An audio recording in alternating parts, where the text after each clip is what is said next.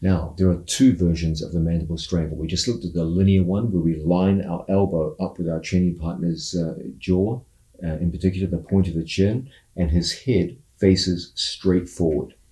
There is a second form of mandible strangle that is very important for you to know. This is a turning mandible strangle, where a circular force pushes your opponent's chin towards his own shoulder.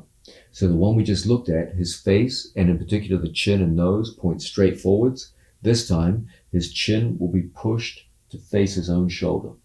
This creates a cleaner connection to your opponent's neck. It does add a slight neck crank element to it, but again, guys, you are not finishing with the neck crank. At the highest levels, people do not tap to pain. I've seen top-level athletes are more than happy to let arms and legs break. They're willing to lose teeth in a mandible strangle in order to win gold medals. You're going to strangle him unconscious if you use this method. They're going to tap to a strangle, not to some physical discomfort. So here we are, training partner in front of us in seated position. Okay, what's the difference this time? In the previous move, Placido was looking straight forward. This time, we're going to use the flat of our forearm to turn our training partner's chin to face his own shoulder. Now, the way we do this is using the flat of the forearm by turning our thumb down and then raking across and bringing the hand in places like so. I put my hand over Placido's shoulder, and then from this position, we're going to go through and lock up the figure of four. Now, when we apply the finish, it is no longer a rotational finish. It is a linear finish that crunches straight inwards. We just bring the elbow straight down to the mat.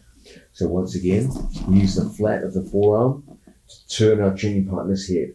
We bring our elbow as far around as we can, just like so.